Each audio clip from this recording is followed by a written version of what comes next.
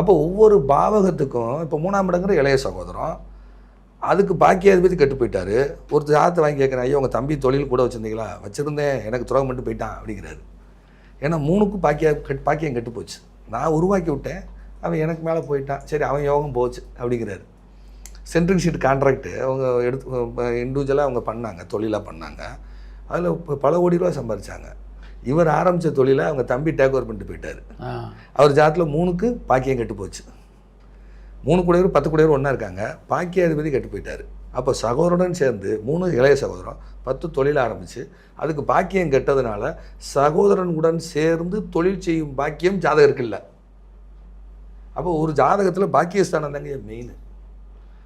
அப்போ அவங்க ஜாதகத்தில் பாக்கியாதிபதி லக்னத்தோடு தொடர்பு கொள்ளும் பொழுது, அல்லது லக்னாதிபதியுடன் தொடர்பு கொள்ளும் பொழுது, அல்லது அந்த 5ஆம் இட பூர்வ புண்ணியஸ்தான தொடர்பு கொள்ளும் பொழுது அவங்க தான் பெரிய லெவலுக்கு போகிறாங்க.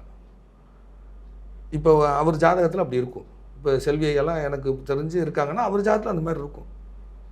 இல்லாமல் அவங்க அந்த மாதிரி ஆரம்ப காலத்திலே அந்த பிரபலம் அடைகிறது அவங்களுக்கு இருக்காது. எல்லாத்துக்கும் பாக்கியம். இப்போ முக்கியமான ஒரு முடிவுகள் எடுக்கும்போது பல பேர் வந்து ஜோதிடரில் கேட்குறாங்க. ஆமாங்கய்யா. எல்லோரும் இப்போ வந்து பார்த்தீங்கன்னா, இப்போ எனக்குன்னு ஒரு குடும்ப டாக்டர் இருக்கார்.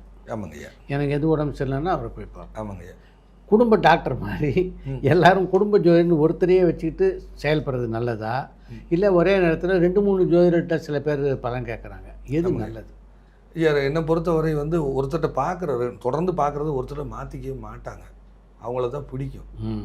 அவங்கள தவிர வேறு யாரையும் பிடிக்காது. அப்படி ஒருத்தவங்க கொள்கையாகவே வச்சுட்டு இருப்பாங்க. நம்மகிட்ட ஆலோசனை கேட்டாலும் இவங்க திருப்பி அவங்ககிட்ட தான் போய் கேட்பாங்க.